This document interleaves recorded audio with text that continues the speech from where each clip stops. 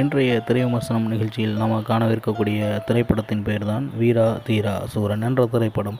உங்களுக்கு நடிகர் விக்ரம் அவர்களை மிகவும் பிடிக்கும் என்றால் நம்ம சேனலை சப்ஸ்கிரைப் செய்து வைத்துக் கொள்ளுங்கள், பெல் பட்டனை அழுத்துங்கள். வாருங்கள் காணொலிக்குள் செல்லலாம்.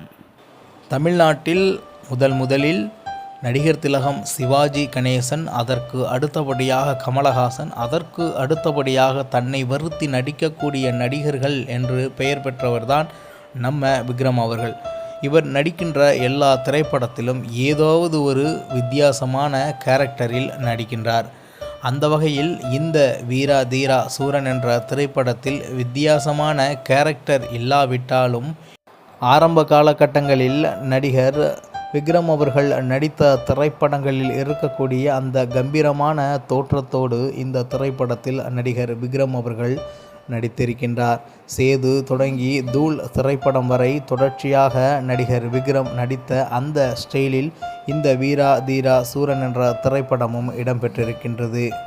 இந்த திரைப்படத்தில் தூள் திரைப்படத்தில் இடம்பெற்றிருந்த பாடல் வெளியாகி இருக்கின்றது. அதை கேட்கக்கூடிய ரசிகர்கள் மிகப்பெரிய ஆரவாரத்துடன் அந்த பாடலை ரசித்தார்கள் என்பதுதான் இன்றைய களச்சூழல் என்றே கூறலாம். அந்த அளவிற்கு அந்த திரைப்படத்தில் அந்த பாடலை அனைவரும் ரசித்தார்கள், மேலும் ரசித்து கொண்டே இருக்கின்றார்கள். சரி, திரைக்கதை எப்படி இருக்கின்றது? வழக்கமான ஒரு திரைக்கதையை தான் இந்த படத்தின் இயக்குனர் எடுத்திருக்கின்றார். ஒரு இரவில் நடக்கக்கூடிய ஒரு கதையை 3 மணி நேரம் அந்த திரைப்படத்தை எப்படி இயக்கி இருக்கின்றார் என்பதுதான் கதையின் கருவாக இருக்கின்றது.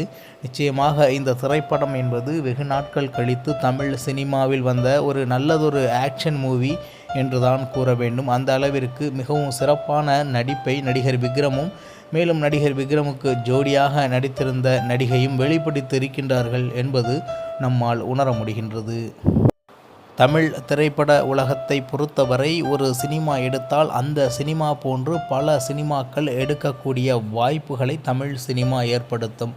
அந்த வகையில் இதற்கு முன்பு வந்த எல்லா திரைப்படங்களும், அதாவது ஹிட்டான திரைப்படங்களை அப்படியே ஃபாலோ செய்து அதேபோன்று அடுத்ததொரு கதையை ரெடி செய்து எடுப்பார்கள். அந்த வகையில் இந்த வீரா தீரா சூரன் என்பது புது கதையா என்று கேட்டால், இதற்கு முன்பு நாம் ரசித்த விக்ரம், அதாவது இளமையான வயதில் நாம் ரசித்த அந்த விக்ரமை மீண்டும் நம் கண்முன்னே எடுத்துக்கொண்டு நிறுத்தி இருக்கின்றார் இந்த கதையின் இயக்குனர் என்றுதான் கூற வேண்டும்.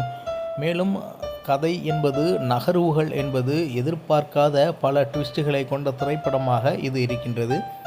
நம்மால் உணரக்கூடிய, அதாவது சில கதைகளெல்லாம் முன்கூட்டியே நம்மால் உணர்ந்து கொள்ள முடியும், இதுதான் அடுத்ததாக வரப்போகிறது என்று.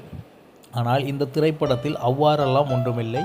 அடுத்தது என்னவென்று தெரியாமல் யோசிக்க வைக்கின்றது, சிந்திக்க வைக்கின்றது. மொத்தத்தில் வீரா தீரா சூரா என்பது நிச்சயமாக தமிழ் ரசிகர்களால் ரசிக்கப்பட்டு கொண்டாடப்பட்டு கொண்டிருக்கின்றது என்பதுதான் கதையின் களமாகவும் நிதர்சன களமாகவும் இருக்கின்றது. நிச்சயமாக இதை போன்று திரைப்படங்களெல்லாம் இளைஞர்கள் மத்தியில் வரும்பொழுது நிச்சயமாக அதை கொண்டாடுவார்கள். இப்பொழுது இருக்கக்கூடிய காலகட்டத்தில் இந்த மாதிரியான கதை அமைவுடன் ஒரு திரைப்படம் வந்து வெற்றியடைவதெல்லாம் மிகப்பெரிய ஒரு சாதனையாகவே அனைவராலும் பார்க்கப்படுகின்றது. விக்ரம் அவர்களுக்கு இந்த கேமியோ, இந்த திரைப்படத்தில் நடித்த இந்த ஒரு ஆக்ஷன் என்பது அடுத்தடுத்த திரைப்படங்களில் இதே போன்று நடிக்க வைக்கும் என்பதை நாம் எதிர்பார்க்கலாம். அதை போன்ற மூவிகளை தமிழ் ரசிகர்கள் பெரும்பாலும் எதிர்பார்க்கின்றார்கள் என்பதுதான் நிதர்சனமான உண்மை. பார்க்கலாம், இதுபோன்று வீரா தீரா சூரன் போன்று மீண்டும் பல திரைப்படங்களில் நம்ம நடிகர் விக்ரம் அவர்கள் நடிக்க வேண்டும் என்பதை தெரிவித்துக் கொண்டு மீண்டும் இதுபோன்ற நல்லதொரு காணொளியில் உங்களை சந்திக்கின்றேன். அதுவரை உங்களிடமிருந்து விடைபெறுவது உங்கள் தமிழா செய்திகள். நன்றி, வணக்கம்.